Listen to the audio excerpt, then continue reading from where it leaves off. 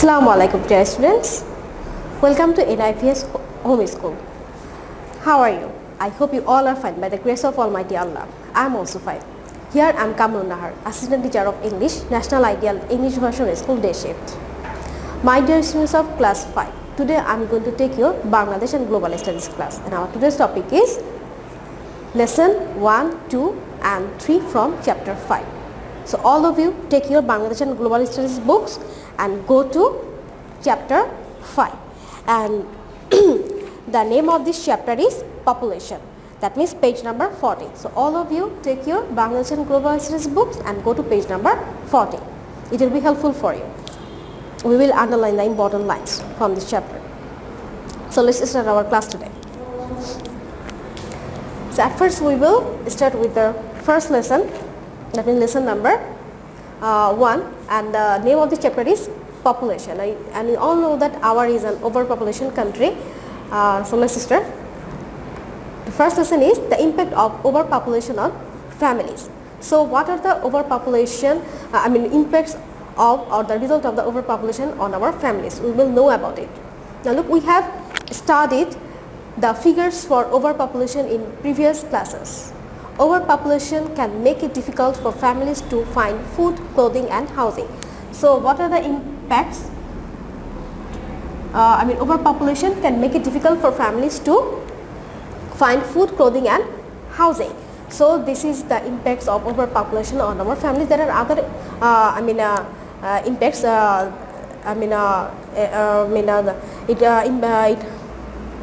It causes effects on our education also. Now we will go to food. Bangladesh is an agricultural country. We were unable to grow food for all even a few years ago. About 2.5 million metric tons of food used to be imported every year. So we need to use 2.5 million metric tons of food to fulfill the demand of our country. So we imported 2.5 million metric tons food for our overpopulation. But at present we are in a position to grow sufficient food for our people. But nowadays we can grow sufficient food for our overpopulation. However, more land is required for human settlement. We have to be careful about this, otherwise we have to face shortage of food grain in future. So now look, if there are overpopulation, we will need more land for their settlement. That means our land will our land is diminishing day by day. So you can underline this one. More land is required for human settlement. So this is another impact of overpopulation in our country. Now we will go to clothing. Clothing is one of the important basic needs of human being. Large families sometimes cannot afford clothes for all their children. The children cannot go to school if they do not have clothing. So we know that there is a uniform in a school. So if there are more children, it's difficult for the large families to afford or to buy clothes for all their children. So sometimes it happens that the children cannot go to school because they don't have school uniform. So this is very pathetic, and clothing is one of the important basic needs for human being. We know that there are 6 basic needs in our life, and what are they? There's food, clothing, education, health care, safety, etc. And we have read about this in our previous classes. Now we will go to housing. There are already 1 million homeless people in Bangladesh, according to United Nations data. So how, what is the amount of homeless people? There are already 1 million homeless people in Bangladesh, and this is according to United Nations data.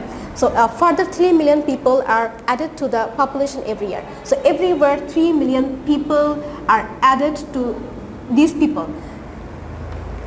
There are 1 million homeless people in Bangladesh according to the United Nations data. A further 3 million people are added to the population every year. So 3 million people are added to the population every year. It is a big number, and it is difficult for the government to supply housing for everyone. So the homeless come to the cities in search of work and security. So why do the homeless come to the city? The homeless come to the cities in search of work and security. It can be seen in the picture that ruthless people coming in the cities are leading an inhuman life. Now look at this picture. They are living in the street. These are the homeless people. They are living a inhuman life. They are deprived of this of their basic rights actually, and they come to this city in search of work and to get the security. So these are the effects of overpopulation on our families. Now we will go to next page, that means page number 41, and there is a table. You will do it by yourself. From chapter 4, write 3 foods that we import. Write the amount if you know about it. So what are the 3 foods we import? Wheat, pulses and oil seeds. We know about it, and we and what are the amount? Can you remember? Wheat, it will be 0.5 million per year. We know about it. This is million, okay, million per year. Then we import oil seeds or oil. It is 0.5 million. I skipped one line. It is 0.5 million, and then we import pulses. Pulses, it is 3 million tons. So all are million tons. Wheat 0.5 million tons, pulses 3 million tons, and oil 0.5 million tons. So, now we will go to section D. How many babies are born each year in Bangladesh? How many babies are born in each year in Bangladesh? Now look at this sentence. A further 3 million people are added to the population every year. So what will be the answer? It will be, now look at this option. Option A 1 million, option B 1.2 million, option C 2.5 million, option D 3 million. So it will be 3 million. Now we will go to next page, page number 42. The impact of overpopulation on society. So in our previous lesson, in lesson 1, we have discussed about the impact of overpopulation on our families. Now we will know the impact of overpopulation on society. Okay, let's read. For society as a whole, overpopulation puts pressure on education, health and the environment. So it puts pressure on education, health and the environment. So let's start with the education. Education is crucial to the progress of our society. So there's no doubt about it. Education is the backbone of a society, isn't it? So education is the crucial to the progress of any society actually.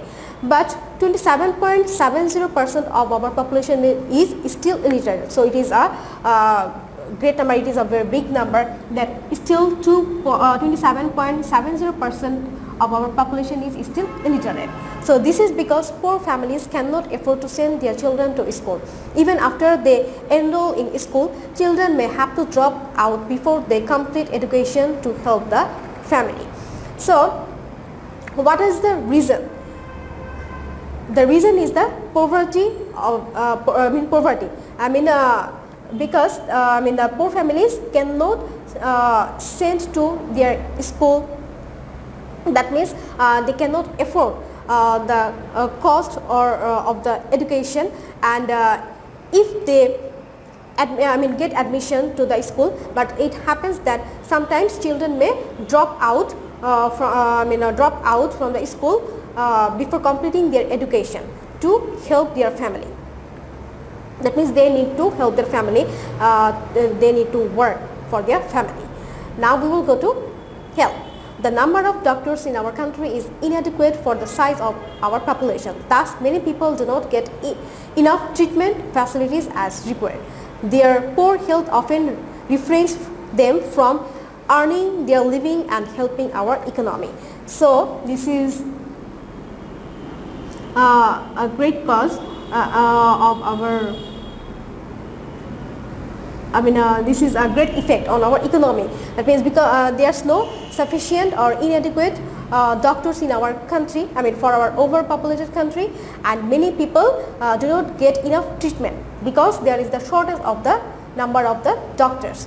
And what happened, most of the people have poor health, and that's why they are refrained from the earning of their livelihood, and that's why they cannot help the economy properly. Now we will go to environment. Overpopulation has a bad effect on the environment. People cut down too many trees for housing. So people are cutting down trees for several purposes, especially for making houses. Chemicals and fertilizers are being used to increase the production. So we use chemicals and fertilizers to increase the agricultural production, and this is polluting our rivers and streams. So these chemicals and fertilizers are polluting our rivers and streams. The extractions of groundwater is affecting environment and climate. So we are extracting groundwater, and this is affecting our environment and climate. So overpopulation has a bad effect on our environment. That means it is polluting our environment. Now look at this picture. There is the picture effects of overpopulation on the environment. So you can look at your book. There is the picture, colorful picture in your book, page number 42. Now we will go to page number 43. Now look, in section B, what is the role of a doctor in the development of health sector? So we will try to find it out. And then section C, overpopulation also puts pressure on the roads. Imagine you are transport planner for a busy city. What would you plan to do for railroads, bus passengers, car drivers and pedestrians? We will discuss it in our live class, and you will try to find out the answer. Now look, section D is important for you. Write 3 effects of overpopulation on the environment. So what are the 3 effects of overpopulation? We can say that due to the overpopulation, we are using chemicals and fertilizers, and this is harmful for our environment. This pollute our environment, and then we can say that we are cutting down the trees in a large scale for making our house, and it causes the amount of forest is decreasing because of it. Now number 3, what could you say? Do you have any idea? Yes, we can say that because of the excessive overpopulation, the industries are increasing to meet the demand of the people. So this is also has a negative effect on our environment. So you will make your own answer. You will write 3 effects of overpopulation on the environment. So now we will go to lesson 3. Transformation of population as human resources. This is very important, transformation of population as human resources. So ours has a overpopulated country.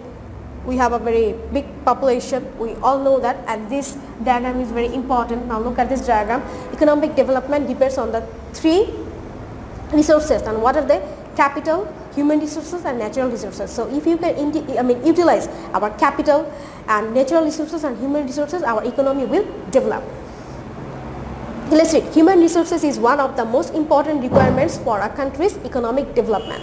So human resources is one of the most important requirements or elements for the country's economic development. Capital and natural resources can be used effectively with the help of skilled manpower. So if we have human resources, skilled manpower, we can use the capital and natural resources in a proper way, and it will be helpful for our economic development. So capital and natural resources can be used effectively with the help of skilled manpower. So we need skilled manpower, or we need human resource. We may not have enough capital. That means capital meaning here is meaning money, but we have plenty of natural and human resources. So how can we turn our large population into more productive human resources or manpower? So how can we make our large population into human resources or manpower? because without manpower or without human resources we cannot utilize our capital or our natural resources. So both these resources, I mean capital and natural resources, depends on the human resources. So at first we need to make our big population, we need to turn our large population or big population into human resources or productive human resources. Okay, let's read. The first option is to export comparatively skilled manpower to other countries in order to earn foreign currency. So the first option is to export comparatively skilled manpower to foreign countries in order to earn foreign currency.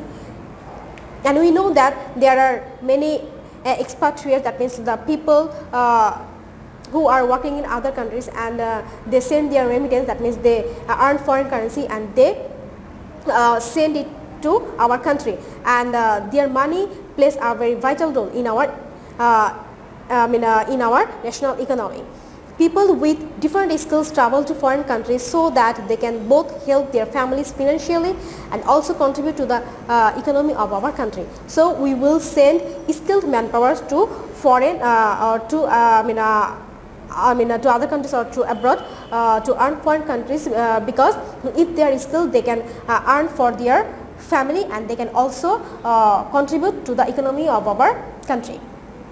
The second option is to improve our levels of education so that our labor force becomes literate and productive. So the second option is to improve our levels of education so that our labor force becomes literate and productive. The government can create vocational training programs to help prepare people for work. So the government or the or some private organizations can come forward to help those labor. They can create vocational training programs to prepare those labor or to prepare some skilled people. That means we need productive manpower. So we need vocational training programs for those labor. Who go outside of our country, who go abroad and try to earn foreign currency. So if they are skilled, if they are literate, if they are productive, it will be more helpful for us. Now the third option is to train people in specific skills in technical training centers so that they can help develop new industries like electronics, for instance. So the third option is to train people in specific skills in technical training centers. So the third option is to train the people in special skills. This is very important. That means so that, and why do you do? Why do you need to do that? Because they will develop new industries like electronics. This is an example. Now we will go to our next page. Now look, there is a box. Write examples of methods for turning increasing population into effective manpower. So you will do this one, and these are the method: export manpower, improve our basic levels of education, upgrading skills through specialized. Now we will go to next section, that means section C. In a small groups, think of a new industry that could be started in your area. Write what it needs under these headings: capital, natural resources and human resources. So you will do it by yourself, and then we will go to section 4. Section D. Which resource does Bangladesh think it needs more of for economic development? Machinery, clothes, infrastructural development and capital. So what do you think, which one is the correct answer? We need capital at first. So number D will be the correct answer. And dear students, today we have discussed 3 lessons, lesson 1, 2 and 3 from this from chapter 5. So all of you will go through chapter 5, lesson 1, 2 and 3 from chapter 5, and then you will do your homework, and this is homework number 15, and you will do, you will make you will make 8 fill in the blanks from topic 1, 2 and 3. So at first all of you will go through lesson 1, 2 and 3 from chapter 5, and then you will make 8 fill in the blanks by yourself. So dear students, that's all for today. I hope you have understood about today's topic. All of you will do your homework regularly and submit it on every Saturday from 9 AM to 3 PM in the school library. So dear students, see you again. Allah Hafiz.